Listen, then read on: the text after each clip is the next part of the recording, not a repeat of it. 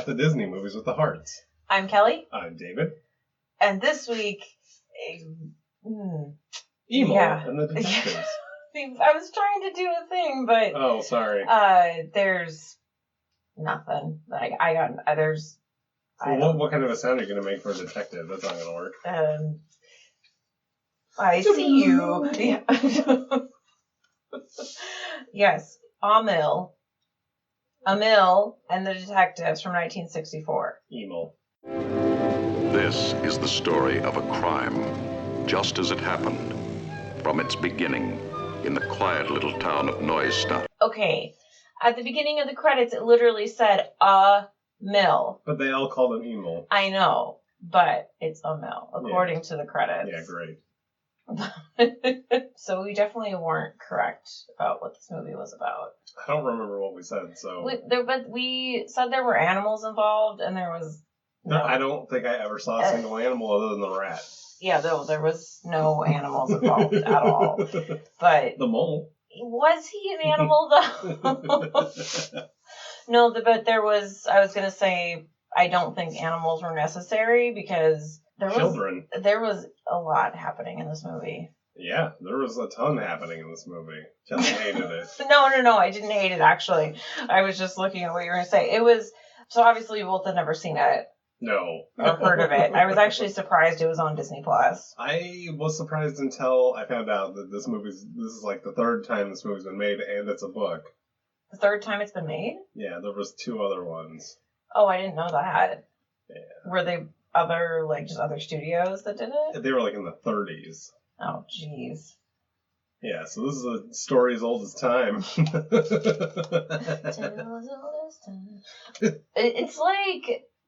It was like the Little Rascals met... Candle Shoe? Kind of? A little bit, yeah. It was like... Yeah, I thought it was fun. No, it was definitely better than I thought it was going to be. Oh, yeah, 150 times better. I don't know exactly what I was expecting, but... I wasn't expecting children. No, I definitely wasn't expecting children. I thought maybe there would be, like, a singular child. Yeah, but it's just all children, and they did a really good job. Well, especially the main kid who is... Master Jack! You got so excited when I pointed that out. Yeah, if I would have found that out when I was looking on the phone, I might have had a heart attack. Yeah, because when you're done watching a movie on Disney+, it's like, because you watch this. And then it was like... The next movie they showed was Adventures of Bullwhip Griffin, so we both died a little bit. And I was like, wait, the main kid was Master Jack from Bullwhip Griffin. I still want to rewatch that movie and re-record the episode. We don't need to re-record the episode. The original episode is perfect as it is. No, I'm not saying replace it. I'm saying record an updated episode. Maybe once we get to For how much I love it. 100. Yeah, once we get to 100 episodes, we'll revisit. We'll enshrine... And it kind of did have a similar type of vibe, sort of, but I think they just advertised it because that main kid was in it. Yeah, because Master Jack was in it, for sure. But he's really good at not being annoying. Yeah. There's some little kid actors that are just annoying, and most little kids in movies are annoying. None of these kids were annoying. None of these kids were annoying. It was incredible. Okay, you know who my favorite one was? The twins? No, they were fine. The professor? No, oh. He wasn't like the least amount in there, but the kid with the busted foot with the sister was... That was such a funny scene. He was incredible. He was like a little old man in a little kid's body. He did look like an old man. Oh my god. He reminded me kind of Crutchy a little bit. But not as crazy from Newsies, but he was like just like a dignified old man in like a little body. Yeah. Like I really enjoyed him. I think we better take care of her right now. Let me read the synopsis really quick. Yeah, that's a good place to go. Okay. Emil and the Detectives. Family, crime, action, adventure. While traveling to visit his grandmother, a boy's money is stolen. In order to get the money back, he follows the thief. Along the way, he meets new friends and finds trouble when he learns the pickpocket is mixed up with notorious bank robbers. That's relatively accurate. Wouldn't it be amazing if the synopsis was just, while traveling to visit his grandmother, a boy's money is stolen? Yeah.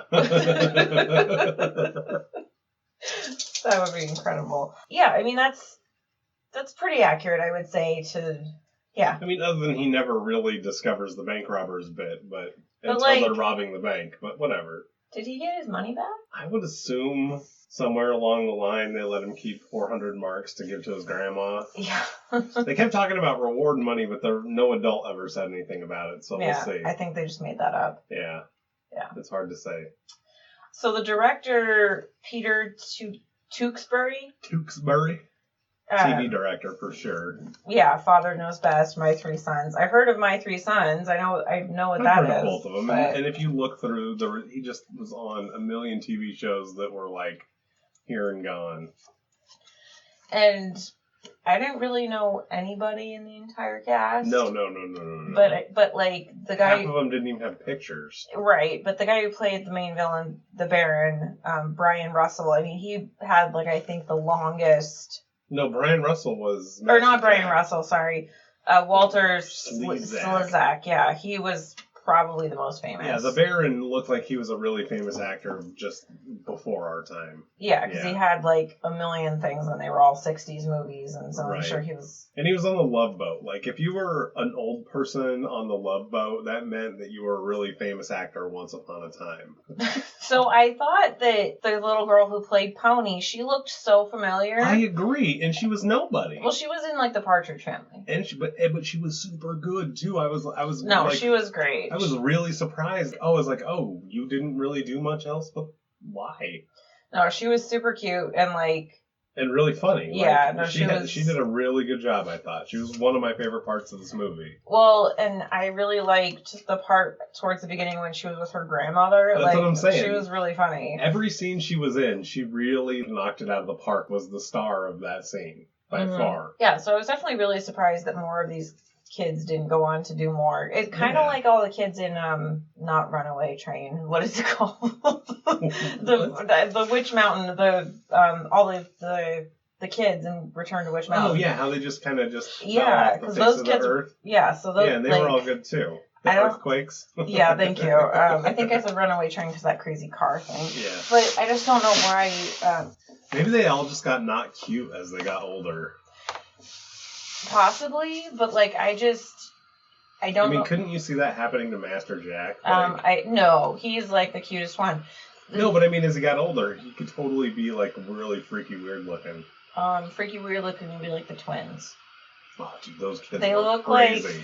They look like those kids in every class that are kind of trashy and they're kind of dirty. Heads, yeah. Yeah. Yeah, they definitely did. It was hilarious. They were just little punk kids, and they kind of had their mouth, their teeth always stick out. Yeah. Yeah. Which doesn't exist anymore. They have a rat tail going on in the back. Yeah, because everybody gets their teeth done, but... Yeah. But I don't know, it's just, it feels like child actors longer ago were, better than today, it seems like. Yeah. Less polished, more real, actual kids. More believable as children. But yeah, just being themselves, kind of. It's helpful. Pretty much it. There wasn't really a ton of people in the movie, so it's... Yeah, you've got the detectives, you got Emil, and you got the skrinks, and the cops. Nobody cares about cops. What is a skrink? I have no idea. A punk, I guess. I swear they had to make it up for this movie. Probably. Oh, that's right. The thing that you wrote down at the beginning that said it was edited for content. Yeah. Okay. So that was okay. So let's go into the whole summary because that was going to be my first note. On the Disney Plus thing, it said it was edited for content, and I was assuming that it had to have been something racist. But now there's no way it could have been anything racist. I've got to know what they cut out of this movie. No. It doesn't make any sense. Why did they cut something out of it? Maybe it was because they were in Germany or something. I feel like it has to be a copyright thing or something. Maybe they filmed something that showed a logo or something. I don't know because I think any of the ones on Disney Plus that have that have to do with racism, and so maybe it's something against. But they never edit them when it has to do with racism. They just warn you that it has something to do with it. Oh, that's true. So what did they cut out of this movie? What scene are we not getting? I don't know. I just don't know. Yeah. I have no idea, but that was I meant to actually look that up before we start. Well, and do you want to take a second and look it up real quick? Yeah. And I can just cut it in? Like, there was no awkward scenes where there was something that appeared to be cut out, so that's why it was confusing. Take a second and look There's it up. like no real definition for skrink other than it was a character on All Real Monsters. Are you looking it up? Yeah. Did you find it? Well, no, I just saw that Bowl of Griffin had racial slurs removed from it. I think that movie on DVD, Pronto. So you didn't find it? No, but it's supposed to be on this list, I think. Maybe that's what it is. Maybe it's just well, I don't want to guess, though. I want to know. I know. We should have looked it up ahead of time. Yeah. Well. Yeah, nobody's going to tell us. So. Nobody may know. That might be the problem. Just peeps. Go on a mission, please, and find out what was edited for content for out of Emil and the Detectives, because we can't find it. I mean, we only looked for about 5 minutes, but that's as long as our attention span is. So please look and let us know what was edited for content, because now I'm really curious because we can't find it. Yeah, so past that, now we'll really get into it. Okay, yeah. So we got the animated intro, which made me think this movie was going to be more wackadoodle than it was, which I was hoping it was going to be. And it kind of was at first. Was. Well, but it kind of lost its wackadoodle. Well, no, it lost it at points. At points, and it tried to be a little more serious, but... Yeah. But yeah, the beginning was almost Pink Panther-esque a little bit. Yeah, it was. Like the animated sequence. I was like, oh, okay. And it had one of the strangest opening sequences I think that we've seen so far. What do you mean? What sequence? Like the whole animated thing? No. Like past the credits. We're past the credits. Like the whole intro where the narrator is talking. Oh yeah, the random narrator was really weird, and he was super serial. And there's no dialogue. But the part that was weird about it is basically he's introducing Emil and his mom, saying he's about to get mixed up and this is a story of crime, but he's introducing the mole, the villain, and there's all these sound effects, but nobody's talking, and you think that the mole his only purpose is to steal Emil's money. Yeah. And I think that's the point. It was so just strange, bloop, bloop, bloop, bloop, bloop, bloop, wee, all these sound effects that just didn't make any sense. And it was Unsolved Mysteries or something. He was so serious and yeah. This is a crime from blah, blah, blah, blah. Yeah. And I mean, I think that was kind of the point. Oh, you know what it might have been? Is a knockoff on Dragnet. What's Dragnet? It was a TV show around the same time where they had kind of a similar introduction. Ladies and gentlemen, the story you are about to see is true.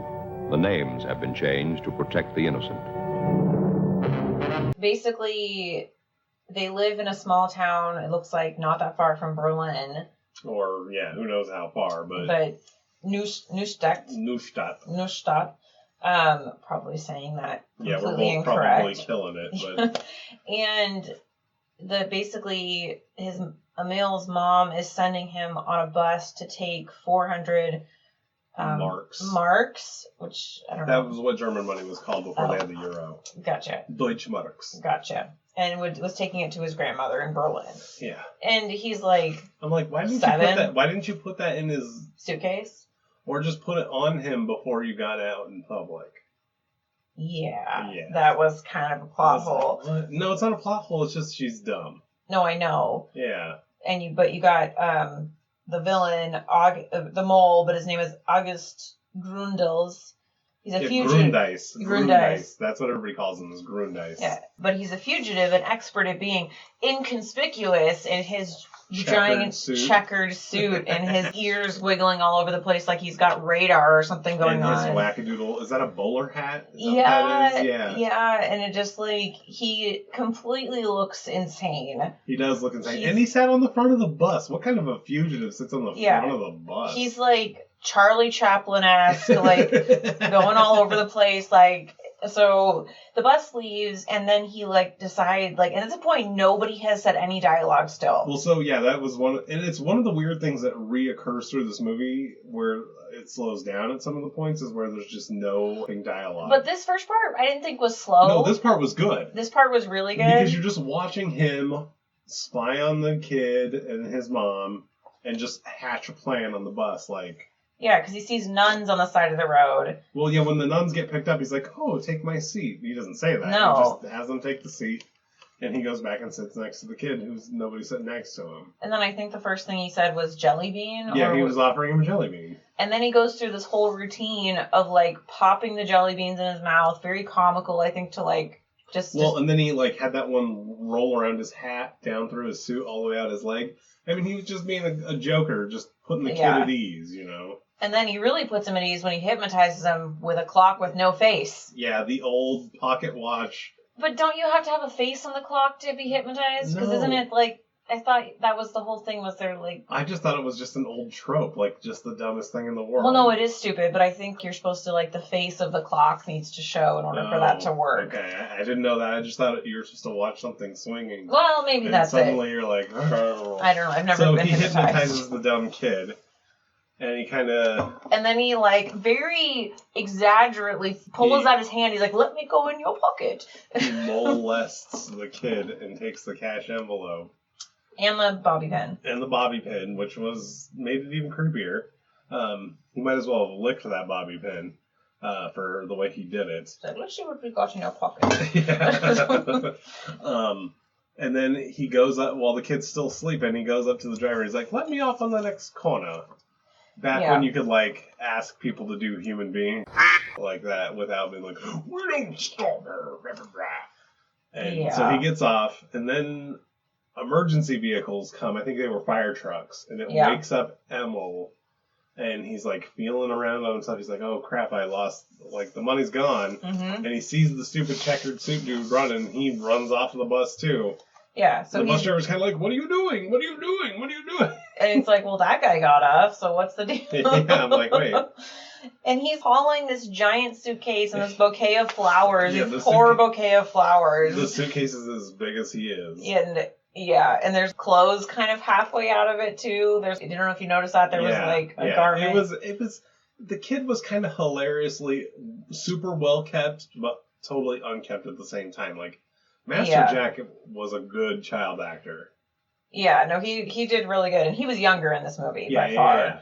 And I was like looking at him like, who the heck is that kid? I've seen that kid, but he's running through the streets and he knocks over a bunch of people like with packages, and one of those people is Gustav. Yeah, who's like a street hustling Peter Pan looking motherfucker. Peter Pan with his giant feathered hat. That feathered hat is rad. No, but it literally is like Peter Pan's hat. Yeah, but with a better feather. Oh. Or he looks like one of those people, this is probably super stereotypical and terrible, but with the accordions like it play in like the German festivals and like Oktoberfest with their suspenders, and that it was that kind of hat. Because that was what it was. It was really interesting. They got like the most German-looking American kids that they could find to play all the parts in this movie. They really did, yeah. Yeah, they must have just went to German-American families and been like, we need your German-American child, because they all looked super German. Yeah, definitely. I think the least of all, the professor. And when we say the professor, it's another one of the children that we're about to meet. He was rad, no, okay. he was great. A little brown noser. But that's right, because Emil like sees the mole has like sat down in a restaurant, and Gustav sees him and like can tell he's in duress. So at first he's trying to get him to take a job, like he's trying to hire him to do something. Take a tour, I think. No, at first it was a job. That was the first thing. And then it became a tour when he realized he wasn't from there. Oh, gotcha. He's a hustler. Yeah, because he has an alcoholic father. Yeah, because he has like 10 different business cards, and then the kid, Emil at some point tells him like, oh yeah, this guy stole my money, and so he's like, oh, you need a detective, and so he flips through all of his cards and pulls out the detective card. You know, I wonder if he has a different group of friends for each one of those cards. That's a really good question, or if they all just have different cards. Yeah. Well, they all have that detective badge, but maybe he has a different group of friends for tour guide or for something else, you know? Yeah, that's true. He's a big-time hustler. This kid is like... He is. Yeah. And he's always on the street because... once again, alcoholic father. Yeah, and it's very clear that's what it is because he's like, oh, it's the first of the month. My dad's not going to be home forever. Yeah, and you're like, payday. oh, okay. So when Emil was telling him his story, and this was like the second time it's happened, like music started playing that blocked him from telling him why he was going to Berlin. Did you catch that? No, I didn't. Yeah, no, because earlier it happened, and Emil was, I'm here to see my grandma, and then the music from the restaurant started playing super loud. So we never got to know exactly why he was bringing that money to his grandma, and I guess that wasn't important. Yeah, but maybe that's why they cut it out. But just the fact that they did it that way, I was like, but wait, I want to know. I want to know. Why are you going to see your grandma? Yeah, exactly. And then what happens after that? So then he goes and runs and tries to tell the traffic cop, and the traffic cop couldn't give a Oh, right. He's like, maybe you lost it. He's like, this is Germany. I must direct traffic. Everything must be super efficient. Is that what he said? In not so many words. So, did it say what time this was? Was this supposed to be in the 60s? Because they had the Berlin Wall up. I assume that it was supposed to be in the 60s, but this story is way older than that, so I don't think it really matters. But, I mean, it was clearly supposed to be that time because the same cars were out there. Like, it was all modern. Well, modern for when it was made. Yeah. Okay, because I just wasn't sure and then in the cafe, it flashes to like our two other villains. Like there were 3 villains in this movie, and their names are whatever. This is where we meet the Baron and Mueller. Oh, that's right, Mueller. God, what a dingus. And so they're like, the Baron is like some super fancy, fat, like... Yeah, he's like a mastermind criminal. He looks kind of like Winston Churchill or something. Like, no, like really, that's what he looks like. Yeah, he looks like Winston Churchill, and the other guy looks like just an idiot, so... Yeah, he looks like every meathead, dumb... But he's wearing a 1920s gangster suit, like a pinstripe suit. See, I bet you that's something that goes back to the book. And he's kind of like the Baron's butler at the same time. Oh, yeah. He feeds him. He lets him out of the car. He drives him around. He lights his cigars. Like, it's a really super weird man-boy relationship. I don't know what to think about that. He's like his...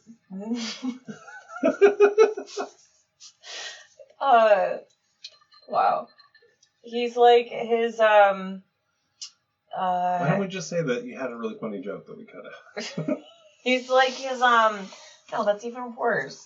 No, it's not. That's better because it leaves it to the imagination. Subscribe to our Patreon. If you want to hear the unedited podcast, or nobody wants you'll have to sign an NDA and subscribe to Patreon. Nobody wants to do that. I guarantee you a lot of people would want to do it, but they wouldn't pay for it. No. Because it's way funnier uncensored. Their relationship is like, yeah, I think he is like a bodyguard butler, but he's also like a thief too, or like a criminal too. So he calls him a certain word later on. A skink. No. A skrink. I think he just calls him like just some general criminal word that's like kind of insulting. Yeah. Yeah. Ruffian or something like that. Yeah. But and that's when Gustav is like, I'll take your case, and he's like negotiating with him for the price. Yeah. And he's like, okay, fine, 10 marks plus expenses. Yeah, but there's no expenses. Except for maybe the sausage, cheese, and crackers later on. All of the little kids were like little adults, and it was the cutest thing. I think that's what I loved so much about it. They really were, and they looked like adults, just like you liked the way that, what's his name? Cassidy. Looked like an adult. They all kind of looked like adults. Yeah, no, it was, and I think that was the point. It's like that was the point, I think. But I mean, how did they pull that off? I don't know, because we'll get to it, but there's a scene coming up where I was like, oh my god. But basically, he's like, okay, come on, and then Emil's like, well, where are we going? Because they lost the guy at this point. But he found, that's right. Gustav found like the little papers because... Yeah, because the dude was like tearing the paper apart and throwing it away as he was walking, which is very smart. And the paper was from the Baron, who sent him like a newspaper, but it had like on the front of it with a sticky note that was like, meet us here at this time. The weird thing is, did they really have sticky notes then? Like, I didn't think that. I thought that was more modern. But yeah, I don't know. We'll just ignore that. Yeah. maybe it was pinned on there. It could have been, but... On the outside of the paper for anybody to see, and he's like, waiter, take this to that guy. Well, really, all it said is this hotel at this time. Yeah. And so, that's fine. So the mole guy, who's just a freaking dingus, he, like, takes it, and then, he's walking and rips it up. So that's how that's what it is. It's telling where the location of where they're meeting. Yeah, but the hotel part is the part that Gustav didn't uncover. Yeah, the name of the hotel. But he knew it was a hotel, so he's like... A hotel at 6. Yeah, so he's like, oh, we gotta go, and then Emil is like, well, where are we going? He's like, we're gonna go meet the others. And you're like, okay. Yeah. And then is this where the grandma scene is? Yeah, so Grandma and Pony, which we don't know her name yet, but... Well, and bus station. Pony is short for something. We learned it at the end. What was it? No, her name was Broomhilda. Broomhilda, that's right. But she's like, but I go by Pony. My friends call me Pony. I wonder why. But... Well, Broomhilda was a very common name for a girl back then. Yeah. Is it Broomhilda or Brunhilda? Broomhilda. Brumhilde. But yeah, so she is also the grandma's grandchild, and she's Emil's cousin, right? Yeah. Yeah. And they're waiting for him because he's supposed to be on this bus, but obviously he got out early. And the grandma goes up to the train person or whatever, and she was like, "Where's my grandson?" He's like, "I do not know about grandsons. I only know about trains or buses." All of these outside scenes like that are super German. Yeah. Efficient. I have no information about anything other than my job. Yeah, and Grandma's like, see, he knows nothing. But why didn't she ask the bus driver? The bus driver would have been like, oh yeah, the kid got off right here at this corner. I don't know. And chased somebody down. What's wrong with her? The other thing that was really interesting, and I think this was a German thing, we keep going off on tangents, I'm sorry, but this whole beginning part, there were every single person had some sort of that same carnation-y type flower. The grandma had flowers in her hat, the mole had a flower in his lapel. Right here, and there were flowers in the restaurant, and they were on the bus, the flowers the kid was holding, they were all carnations of different colors, and they were everywhere. Was the German chick band in the cafe? Did they have those flowers? Yes, they had them. Rocking. They were all old ladies, and the one chick was playing the drums. She looked so bored, and she was like, "Oh God, okay, yeah, no, that was great." But yeah, they all had them. I think right here on their collar. Oh, interesting. I wonder what that is. I guess we'll have to find out later on. We're dumb. I've got a schedule. There's an 8 o'clock bus from Neustadt. He was too young. Maybe you read the letter wrong, Nana. An 8 can look like a 3, and your eyes aren't too good. Your eyes wouldn't be so good either if you were my age. They're driving on the bike past all the kids' houses, right? And they're gathering up all the kids to go to they're honking that horn. To go, that's yelling. The little clown horn. Yeah. To go to their headquarters. And the kids just know that's what it is. Yeah, that's why I'm wondering if he has a different gang in different neighborhoods to round up for different jobs. Probably. That could be a whole other side. Yeah, this is his detective squad. Somebody else's is something else squad. Yeah, and there's different kinds of kids, Because all these kids look up to him too much to hang out with him all the time. Yeah, because there's a super rich kid who's the professor. There's the twins. Yep. There's some random blonde kid. Herman. I don't remember what his deal is. And then there's the kid whose house it is. But they have to go through this the kid just lives in this apartment, but they go through this super complicated back way. And Emil is kids. Where are we going? And he's like, to our hideout or to our headquarters. And that kid's name is Dienstag. The kid with the the cast. Yeah. At whose house it is. But they go up this winding staircase and across this thing, and then they go way up this building. And this is one of the kind of slow parts where it's I get it, but no, I thought it was so funny. It was funny. But then they end up outside a regular apartment door, and he's like, "But why did we go all?" He's like, "We don't want anyone to find our hideout or something." Yeah, and it's it's so little kid, so we have to keep it a secret. And it's totally just this kid's apartment. Yeah. Well, no, his sister is there. Well, yeah, but it's their apartment. I'm sure his parents would have been there at some point. Yeah, and it's, but, oh, you mean like just like that's all it is? It's just his apartment. I thought you meant like he had his own apartment. I was like, no. No, it's just an apartment, yeah.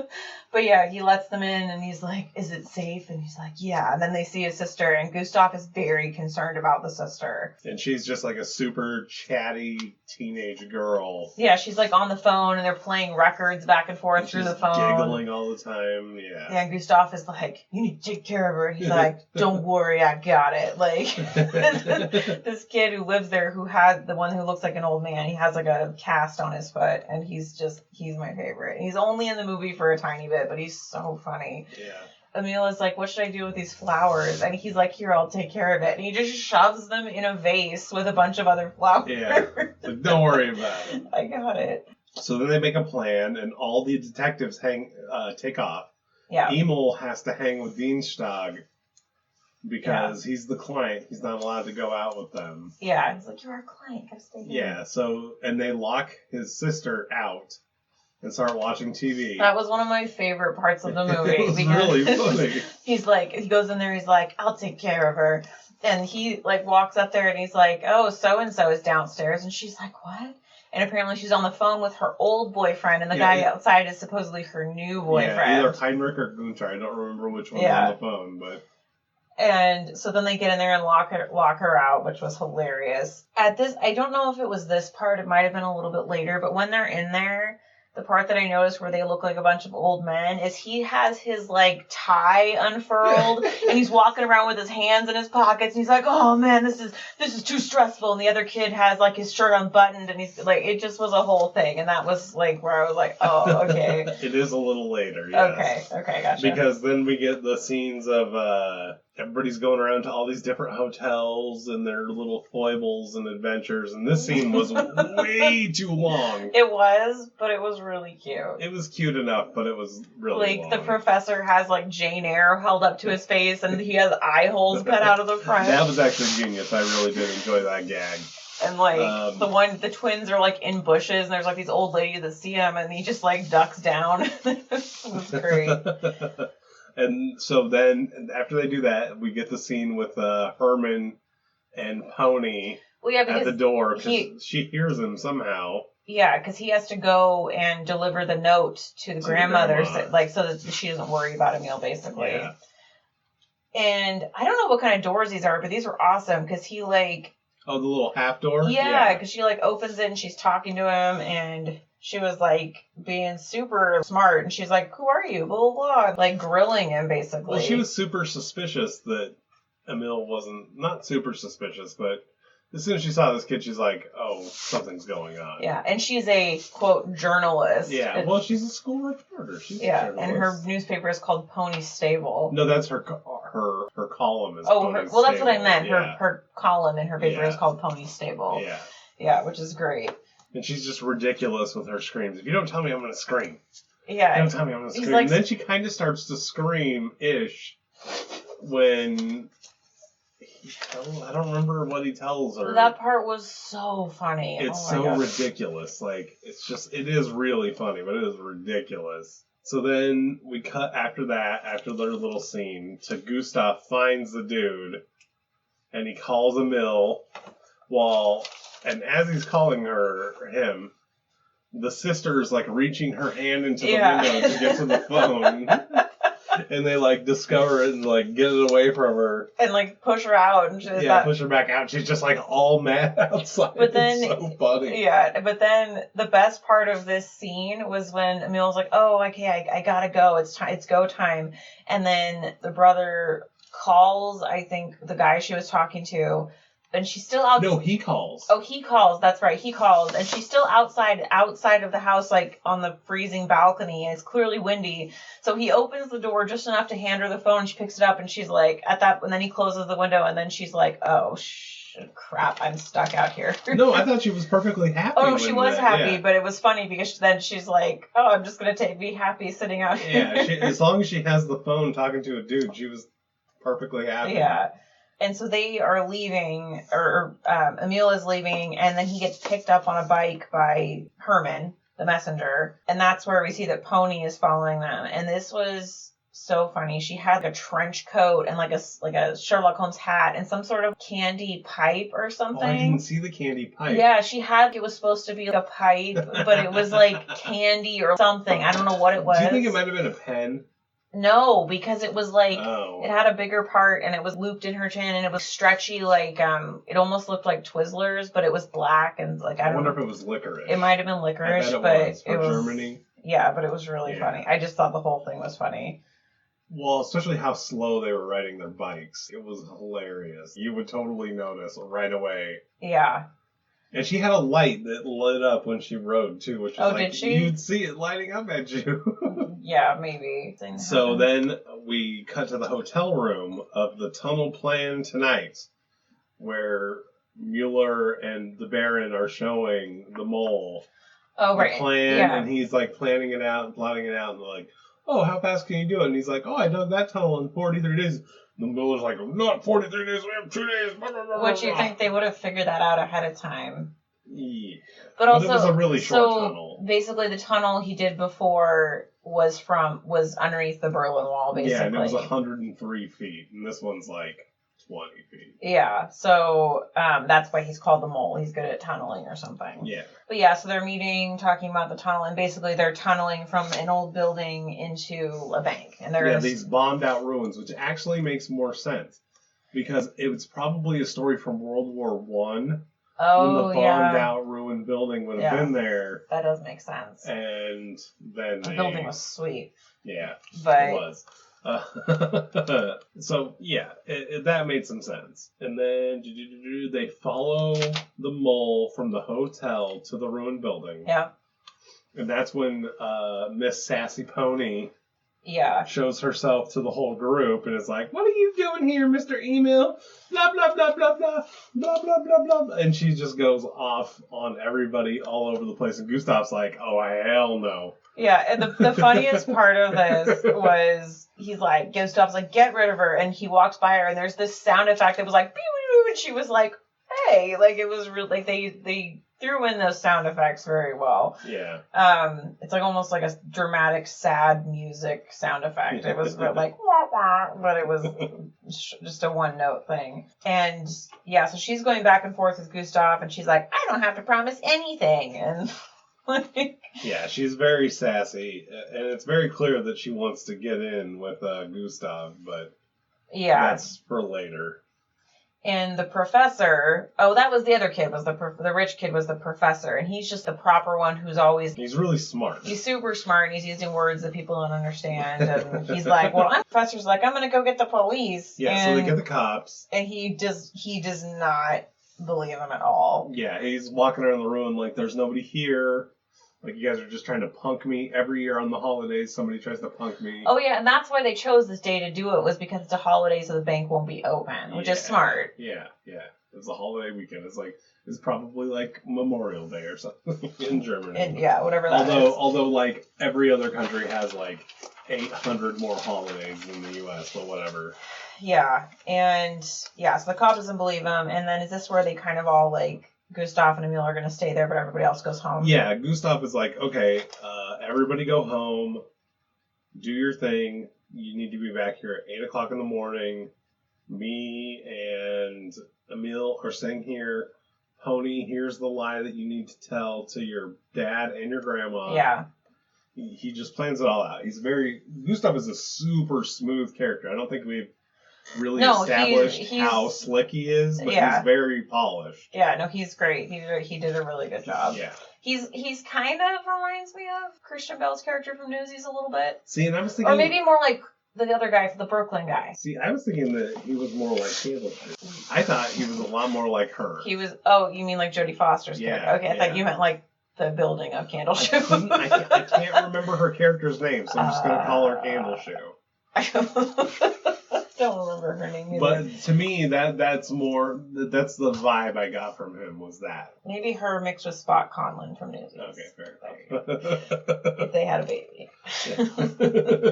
That was suddenly a preteen child. Right. Oh, yeah, and there's like a rainstorm going on, so they have to huddle underneath this statue and all this. It's obviously a miserable night. Yeah, and then the next morning, the two, the Baron and Mueller show up, and they have this giant picnic basket. And of course, I'm an idiot. I didn't understand. I'm like, why do they have a stupid picnic basket? This is dumb. Well, it made sense actually the entire way through why they had it. I know, but I didn't think about it at first until later in the movie. But so they are. I don't understand how they did not follow them enough to see them go into the tunnel. I don't know. That, to me, is the biggest plot hole of this stupid movie. Yeah, because, like, you go to the back and I'll go to the front, and then they end up, like, 2 seconds later, they're sneaking up on each other, and it's, like, one of those... Yeah, it's like, how about one of us watches them, and the other one of us watches where they go, and we'll follow them. Yeah. And this is where I really noticed that the abandoned building was sweet. Like, it was really cool. I was like, this building is sweet. Because there's just random stuff everywhere, pillars everywhere. I wonder if that's like a World War II bombed building. I bet you it is. Cleaned up. I bet you it is. But yeah, then Emil follows them because he finds them, and he's like listening to them talk about the bank, and they're having like a picnic down there waiting for the mole. Yeah, they're eating like caviar and wine and just enjoying themselves. They put the wine in the same type of container as the TNT. And he almost like so I actually think that's okay, because in the 60s a container wasn't like dropping off at the Container Store or just whatever. It was a lot harder to get your hands on something to hold. That's why people used to reuse margarine tubs. Like, yeah, that's true. There wasn't Tupperware in 1964. My mother still did that in like the 90s and 2000s. Right. A lot of people and like did. She was big on yogurt containers. That was a big thing that she used to do. Yogurt containers are way better. That is put true. Stuff in like the big ones. You know? Yeah. But yeah, they're having a picnic, but then they hear. Because Gustav is out there, like, this is the part to me that I was like, really, dude, you're smarter than this. Yeah. He's out there honking his horn and yelling for Emil. Yeah, he totally got him caught. No, I know, because he's screaming for him, so Emil has to, like run and hide, and he's, like, dodging the guy. Emil really needed to run up the stairs and not back down. He f***ed up. Yeah, he decided to run under the stairs because he thought he didn't have enough time to run up the stairs, even though he totally did. He was halfway up them already and ran back down. Yeah. And then he sneezed because of all the dust, which you can't blame him, but Gustav f***ed that up. Yeah. And he got the, so they caught him, and they tied him up. Yeah. And then they're playing some card game where I'm like, what are they playing? I don't know, but it's got to be one of those old school games like Bridge or Hearts or some weird thing like that. That's part, actually, I thought was really funny, because the Baron was clearly winning, and Mueller was like, I don't want to play anymore. Well, he's too dumb to play a game like that with the Baron. He's not going to be able to keep up. I know, but it was just, he just like stood up like a little kid. He's like, I don't want to play anymore. Taking my ball and going home. Yeah. And Emil is just like sassy through this whole thing. Because Emil, we also haven't touched on this. Emil is a very strong character. Yeah. Strong-minded. Thinks he could beat up an adult. Well, yeah, because like at the very beginning when, what's-his-face, Gustav, he's like, could you go away? I'm busy. Yeah, I'm going to knock your teeth out. Yeah, if I wasn't so busy. Yeah. So he is like, well, and he did fall asleep with the guy hypnotized him, but immediately he was always checking on the money, like he's a responsible, Yeah, you see how he just went across the sea and became Master Jack immediately. That's actually the what happens after that. I think so. Yeah. And actually Pony is actually what's her face? They're not really real siblings, actually. And the professor is Griffin. No, that's actually no. Actually, that is Pony's mom is Jack's sister, right? Oh yeah. Wouldn't that work? No. Because that's his sister or his cousin. Oh, or then something. that means that they would be siblings. Pony would be right. Because I think they're cousins. No, I know, but just and then the professor would be Griff. Maybe it's a whole connected thing. We can make it in an alternate universe. Anyways, we could hope. I demand it. Let's start a Kickstarter. Let's dig up all their graves. All these people are dead. I know, but and put them in costumes. Yeah. Make the movie. Just put puppet strings on them. Oh, God. Okay. Oh, yeah, so after Mueller throws a tantrum, because that's when the professor and Pony, because they show up and they're like, where's Emil? And then Gustav is like, he's all crying, and he's like, I don't know where he is. I lost him. Yeah, I really screwed up and blew this whole thing. And then, the professor's like, I'm going to the police, and Gustav's like, don't do that. And he's like, well, I have to, and he's right. Yeah. And Pony's like, okay, we're going, and then everybody else basically follows them and goes with them to the police station. Which it was very smart for Gustav to stay behind. Like 2 people should have stayed behind. Probably. Because the fact that 4 people went in and nobody came out, there's clearly something to find there. So then it goes back to them in the tunnel, and the tunnel's like ready, and they're like, okay, bring the kid. And I'm like, why wouldn't they just leave him there tied up? Because they want to make sure he doesn't escape. Because if he was there by himself, he could like start gnawing on the cables or maybe that's true. Getting them frayed. So they're taking that kid with. And I still didn't get the picnic basket because I was like, why is he bringing the picnic basket? I didn't really notice. Yeah, I guess I noticed now, but there was some like TNT and stuff in the picnic basket. I guess, and I didn't think about it, but yeah. So, and then this part was pretty long too because they're going through the tunnel that the mole has made. Well, this part, I mean, it's long. No, it's good. Funny, but there's no dialogue. Well, no, there is. There's a little. Because what's his face? The Baron is telling this story about how he went to this costume party at this. Oh yeah, he's telling his backstory of like he's a master criminal. It's been a beautiful life. Willow, light, please. Light your own cigar if it's such a beautiful life. You know I never carry matches. Yeah, exactly, and that's a really good idea, by the way. Yeah, he was like, oh yeah, I went to this party where I pretended to be a jewel thief and I had fake jewels, but then I swapped them out for real jewels as they're crawling through everything, and Mueller just keeps falling off ledges into water. Well, he's a big oaf. Like, he can't do, like, little mole stuff. The Baron is, like, sitting up on this thing. He's like, Mueller, light my cigar. And he was like... If your life is so great, light your own cigar. Yeah. But I didn't bring any matches. Yeah. No, he said, light your own cigar if it's such a beautiful life. Yeah, there you go. That's what it is. Yeah. Oh, then it goes back to the police station, right? Yeah. Oh, yeah, because the police still don't believe him, so they just give him a big stack of, like, criminal profiles of pictures to look through. They're like, here, look through one of these if it's in there. Like, basically just to, like, make them just shut up. Oh, no, we kind of, well... Yeah, no. Oh, yeah, that's right. I just didn't take that note. Okay. Yeah, because the police are like, here you go, entertain yourselves. And they're, like, taking it seriously. Like, okay, everybody, take a stack. And, like, they're going to do it or because whatever. Because they actually saw him. I mean, they know what's up. They did. So then is this where they reach the vault? They do. And Mueller, and this is, I guess, what his specialty is like dynamite and TNT and stuff. Because he's implanting the dynamite into the wall to, like, blow a hole in it. And so they blow a hole right when the clock strikes at certain times. Yeah, it's very smart. To mask the sound. And the hole's not big enough. Yeah. For any of them to fit through, which is a weird miscalculation. And it's, like, not even close to big enough for any of them to fit through. Right, because all of them are rather large, especially the mole for a tunnel digger is a pretty big dude. Yeah, well, he's got a big belly. Yeah. And, like, forget about Baron. I mean, like I said, he's basically Winston Churchill, so he's fat. Well, I mean, really, for a tunnel digger, you want really skinny shoulders and hips. That's your moneymaker right there. And so then they all look at Emil like, oh, he's small enough. And Emil's like, I don't want to look like a crook. And this was actually one of my favorite lines in the movie. The Baron says, crooks you will find out look like everybody else. Which is like, very true. That was one of my favorite lines in the whole movie. Because it's like, yeah, I thought that was great. Yeah, so he has to pull the robber and he's all whining about not doing it.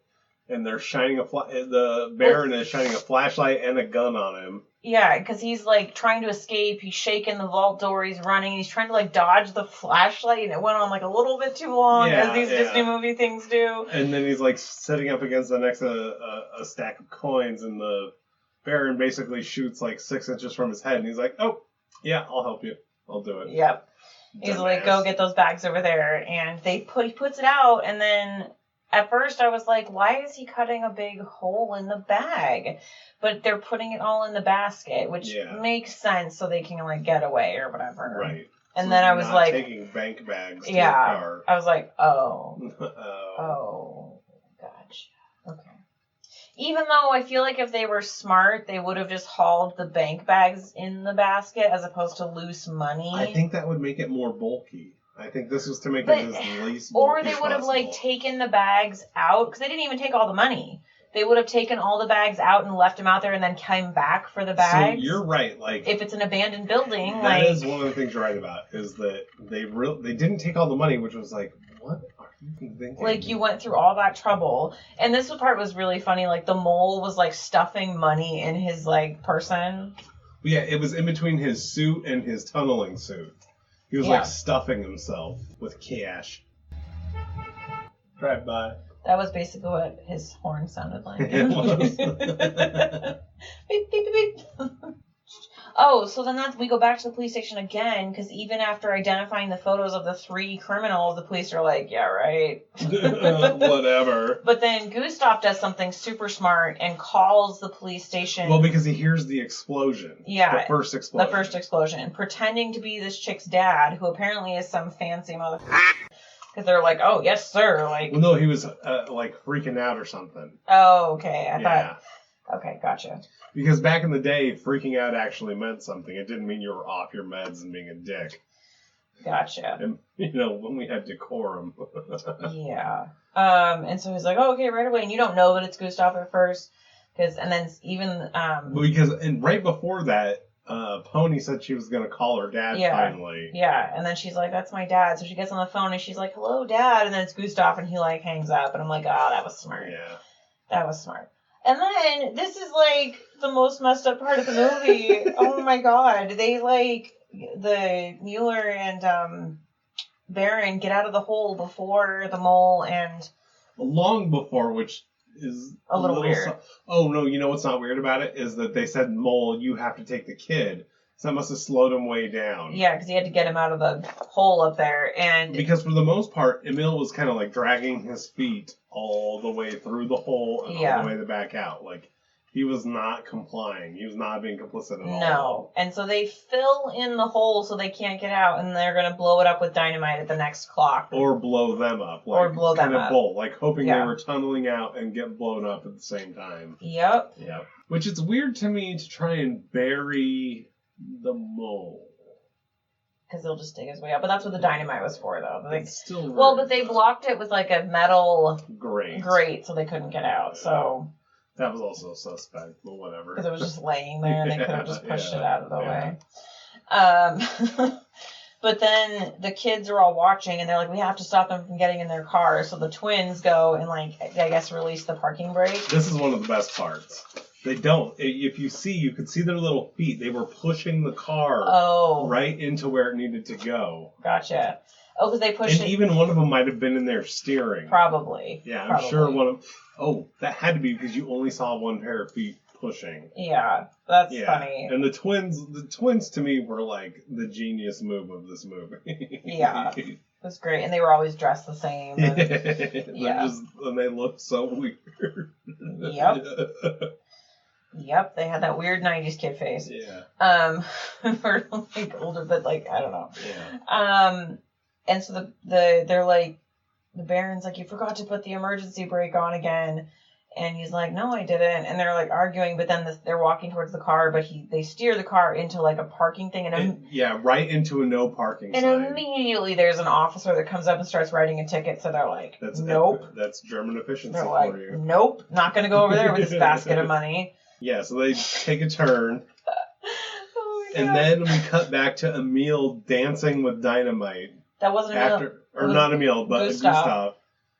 He's like, I'll help you, and he pulls the dynamite, and he's like flapping it around. Like, trying to get the fuse to go out, and I'm like, just hit the fuse with a rock and cut it in half. Like, what's wrong with you? I don't know. Easy solutions to simple problems. It goes off again. Yeah, that one goes off, and it, like, a whole bunch of water hits the mole and Emil, and you think they're going to drown, which is maybe one of the most scary and traumatic experiences you could ever have in life. Yeah, because the water is coming down the tunnel that he's built, essentially, but then like it didn't actually overtake them at all. But it looked like it did. Yeah, it was a little weird. It was confusing. But the police come and they find Gustav and, of course, pull all the rubble off him. And he's like, what a blast! Yeah. Son of a... And they find Emil and they find the crook. And they arrest him. And they're like, oh, yeah, get him out of there. And then the kids. Oh, my God. We come back to the kids following What was Mueller. happening? And all that had to happen was the kids following them. One rando kid come up to them like, what are you guys doing? And they tell this stupid kid. Professor tells them. Yeah, well, he tells the stupid kid that came up to them, oh, these guys have a basket full of money and they stop every block or two to give everybody money. And that kid just starts screaming that to everybody around that he could find. And then there's like hundreds of children. Well, dozens of children. With the end shot, it was dozens. Yeah. But he basically screams out to the whole neighborhood, and just kids are just running after them, which is weird because you would figure adults would be more running after them. Yeah, well, there are adults at the end, but then like they are going through like a train car, and their solution is to, let's throw money at them to get them to go away. I actually thought that was pretty smart, but it just didn't work because of... There were so many. No, it didn't work because the detectives were there knowing to keep following. Because the professor was like, as they left off, nobody was following. Yeah. The professor's like, come on, that's what I was telling you. There's still more. Come on, let's go. That's right. Yeah, he's like making sure that nobody gets distracted. And I love that the police cars were Volkswagen Bugs. That was so amazing. It was so weird, but it had to have been true. Probably, yeah. No, it was. It's like, here's like the worst possible police car. Yeah, so like at this point, the two, Baron and Mueller, are like completely surrounded, and the basket has been taken from them, and they're basically being swallowed by children. The police are coming, they arrest them, and it's a whole thing. Oh, and then they go to the police station. Yeah, that's what it is. And I don't know why I wrote this. I was like, what a wet blanket the professor is. I don't know why I wrote something. I'm not sure why you wrote that. Something either. He said at the police station. I think. But even when they were going back to the police station, you've got Gustav, Emil, and Pony riding on top of the police car. Yeah, they like sat up through the sunroof. For some reason, one of the police cars was like a sunroof convertible. Yeah. And they're out there like they're ghost riding the whip. It's just like, what are you three doing? Yeah. And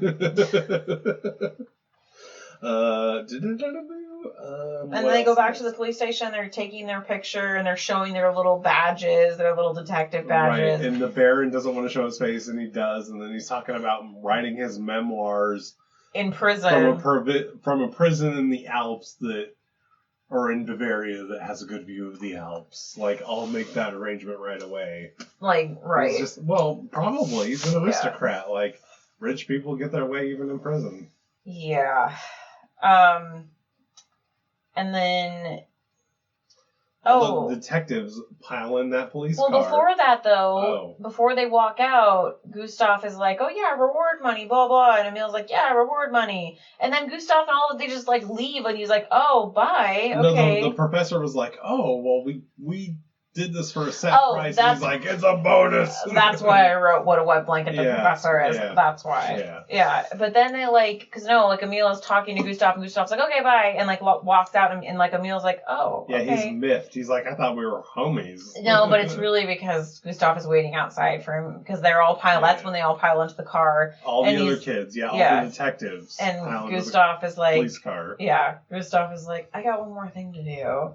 And then Emil comes out with his mom, and then he's got the little tour guide hat on. He's like, I'll give you a tour of Berlin like you've never seen for free. And then basically he's going to hang with Emil. Yeah, maybe he's like secretly hoping to be adopted. Yeah, maybe.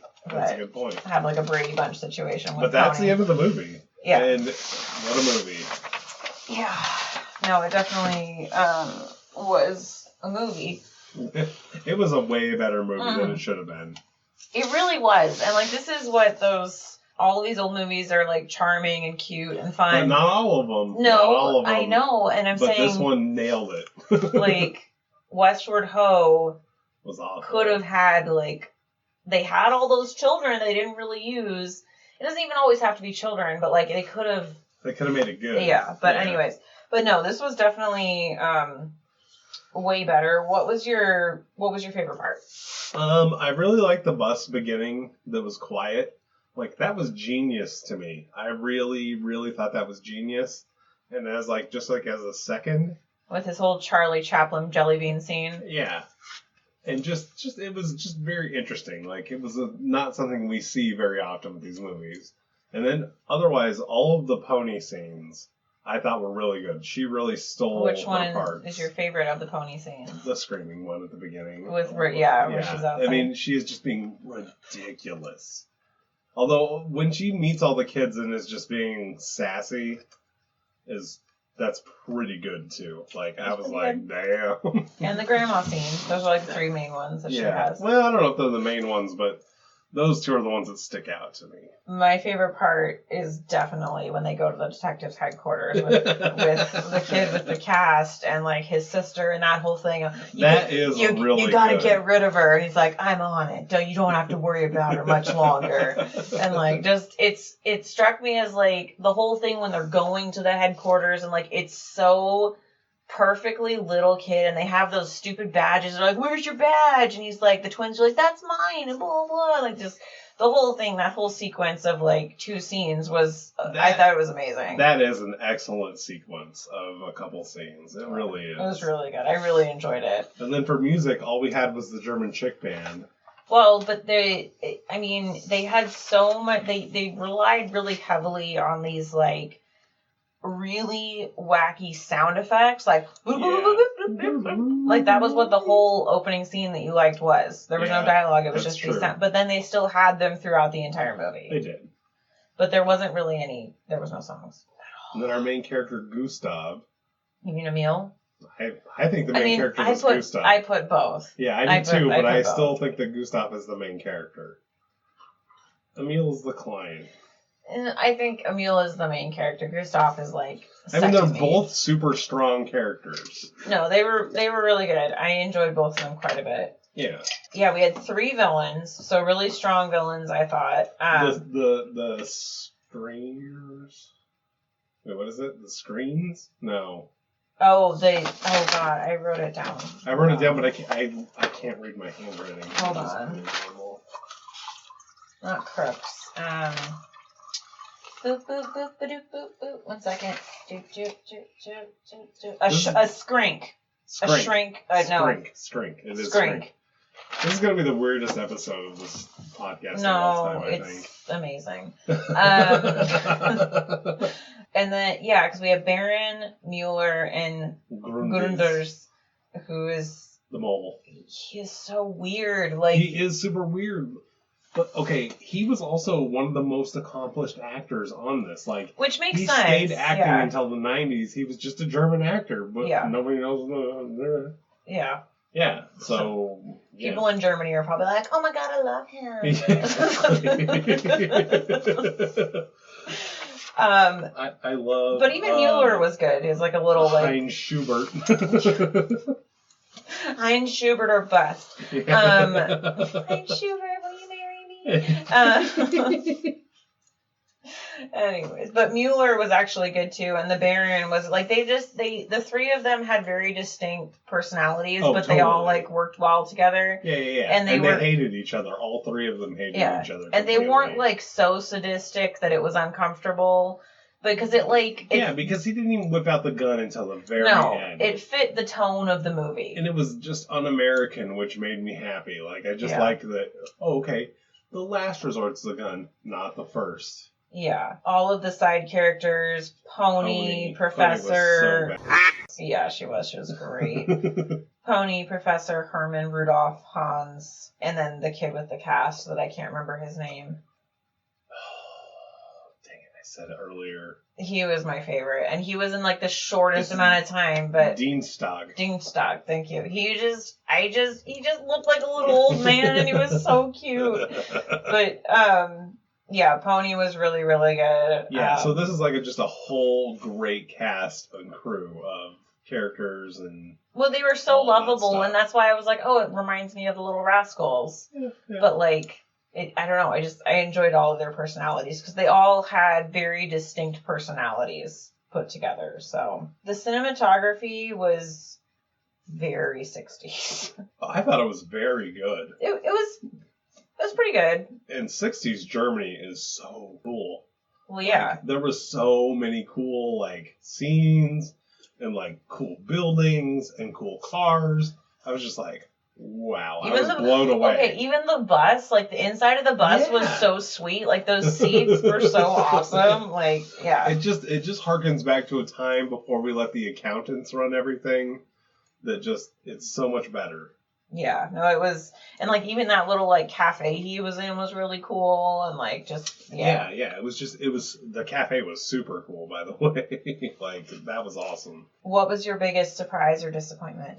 I mean, I'm surprised that it was so good and so very, very, very, very German. Mm-hmm. The only thing that I was a little disappointed about was that I wanted a little bit more wackadoodle throughout the movie, where it got a little more serious than I was hoping. Yeah. But it ended up being good anyway. I just kind of would have liked it to be a little more wacky.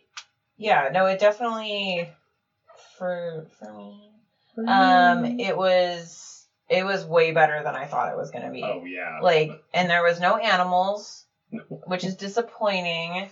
But it though? But no, how but it turned out? No. Listen, but like they didn't need it. Like, like that was the thing is like that it was like if you look at Westward Ho, they could have used more animals and made it a little. That would have helped make it better. They needed like any kind of levity would have been nice. That's what I'm saying. But this was it was definitely a lot better than I thought, and like more people should watch it, especially like kids. I think it's a good. Oh yeah, any kid would love this movie. Or adult. Like I think it's a very fun movie. Yeah. What did you think about the story? It was really cute. It was really funny and it was really good. So like, cute. It was a really cute story. Like, you don't find anything like this. No. This is unusual. All of these types of movies, ensemble kids movies, and we kind of talked about this after Heavyweights, they all died in the 90s. The 90s was the last of this type of movie. Yeah, like, absolutely. Of kids who aren't super polished actors. Because now all of the movies are so about like high production value, and like this felt more like a real movie. And every child actor has been acting since they were 1 year old, and they're just awful. Yeah, no, it was. I enjoyed it. What are your final thoughts? Just more people should watch it, and then I wrote here what content was altered. Question, like we already. Right. That was the thing. The only thing I want to know so bad. The only negative thing I'll say is that there's a couple of slow parts where you just kind of have to knuckle through and get past it. Where there's like no dialogue and it's kind of boring. It's kind of weird. But that's the staple of these old school live actions. Like things go on, like the thing where they're going through the tunnel. There was a little bit of dialogue, but it still went on a little bit long. The part where Gustav is looking for Emil went on a little bit too long, and a couple different parts. And that would have been better if Pony had stayed with him and they had like interactions while they were looking for Emil. Yeah, that would have made that a little better. And but it would have kind of ruined the plot. So. Well, probably, yeah. Yeah, maybe Herman should have stayed with him. Yeah, maybe his loyal lieutenant. Yeah. So, what do you think the Rotten Tomatoes score for this movie is? Oh, we're not going to give our own scores first. Oh yeah, I guess we should. So, what is your score for this movie, Kelly? So, I rated this movie a 60%. Okay, that's fair. That's fair, dog. Just because I liked it. It was really enjoyable. There were a few slow parts. I wanted it to be slightly wackier. I agree with you on that.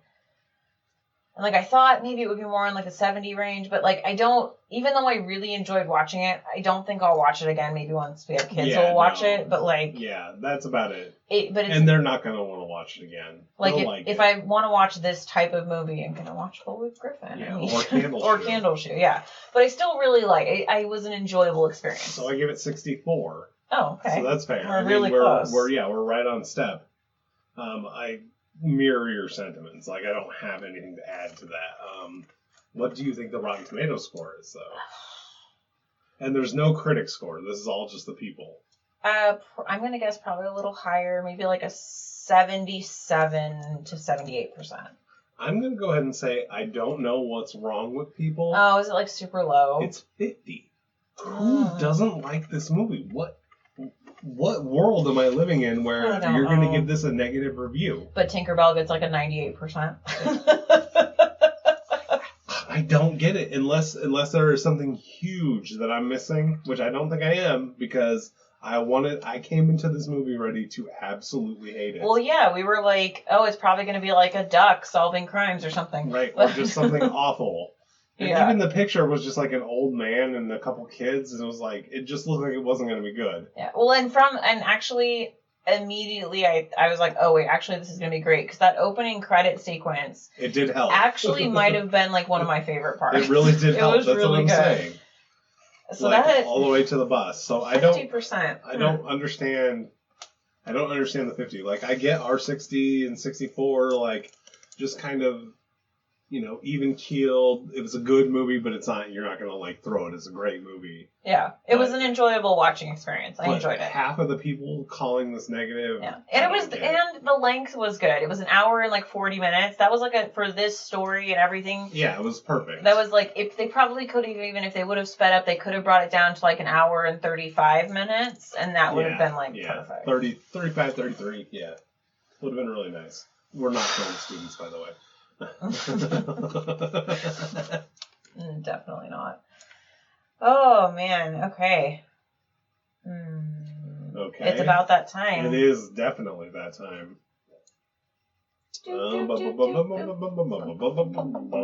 Is that our wheel sound? We need like Gustav's little horn. That's our wheel. Give me our wheel sound. I'll just save that horn as a little outtake. It's like we got 161. So that's pretty old. 60s? I don't think so. I think 70s? No, it's probably going to be in the 80s or 90s. I don't think so. You gotta remember that most of the movies are later, yeah. So, is it in the 80s? I don't know yet. I haven't gotten there. Okay, so... Oh, no. You've got to be kidding me. It's a movie we've already seen, The Great Mouse Detective. We have to redo it. Oh. How random is that? That's the first time that's happened. 226. So this is later, so this is probably 90s, I bet. Or early. Oh, barely. Barely 90s. Is it animated? I have absolutely no idea. Well, if it's barely 90s and you have no idea, then no, it's not. I don't even know if this came out in movie theaters because I've literally never heard of this. It's going to be a 3-roller? Okay. It's 1999's Endurance. Oh, that sounds like a thing that's not a thing. Yeah, exactly. I'm like, it's between Doug's first movie and Tarzan. I am really disappointed in the D23 website for letting me down. They've done all right. There's been a few misses, but yeah, it's a documentary. Yeah, okay. So third time. Third time's the cheer. I'm just going to leave all this in at this point. Yeah. Sorry. Warts and all, people. I mean, we're not perfect. D23's not perfect, although I'm not blaming them. I'm like, Kelly, send the email to her. Hey. We just, I read through the list. Number 320. 320. God. So we just keep going, up. So that is really new. That's going to be, 2010s, probably. Very close. Very close. I also don't know what the hell this is. Great. We might. Oh my god, we suck today. What is 2009 G-Force, which also sounds like a documentary. I don't think it is. I think I know what this is. Oh no. I mean, it's got to be a racing something, or rocket something. Oh god. Or planes. I remember seeing this advertised. No. Nice. Do you want me to tell you? No, sure. It's that one that has the little rodents, the live action with gophers or something. Oh, I had no idea. Or chinchillas or something. So this is going to be real interesting. No. Is G-Force Gopher Force? Yes. Is that what it is? Oh my god. This is going to be Shaggy Dog level. Get ready, everybody. We're going to have a real fun podcast. Oh, no.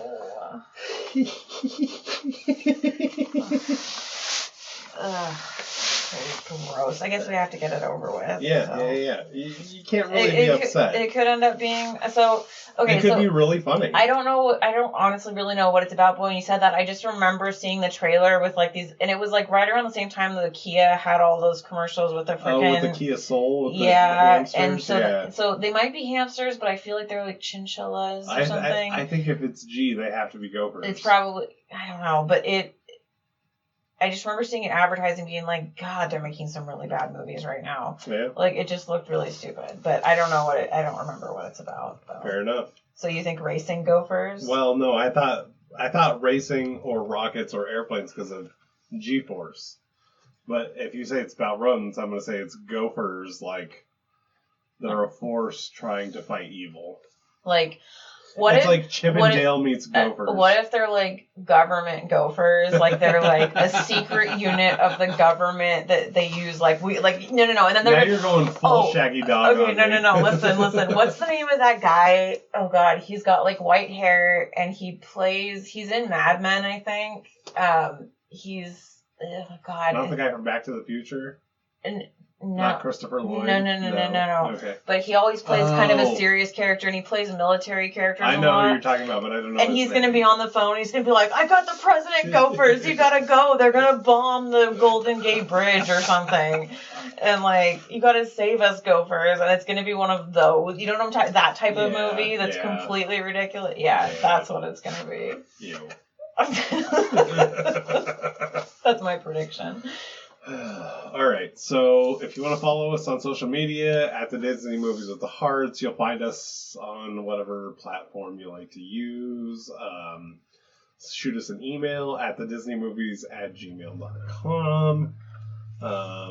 Instagram, Twitter, Facebook, at the Disney Movies, you'll find us.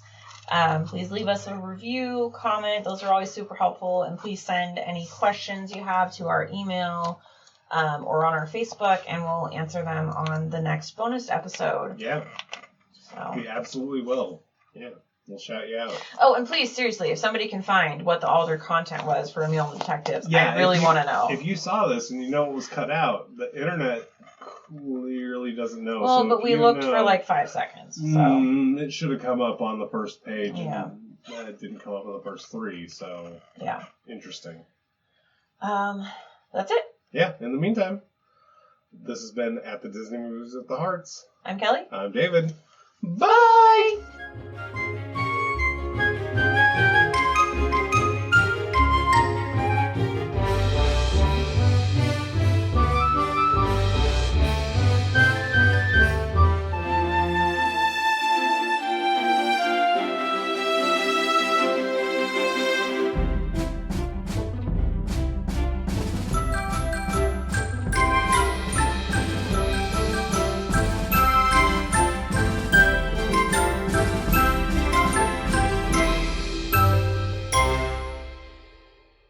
Get it. No, Daddy Longlegs are good. We'll leave that alone. It's crawling towards me, David. It's not crawling towards you. Don't worry about it. Take your eyes off of it. I can't. It's there. They eat other spiders. They're good.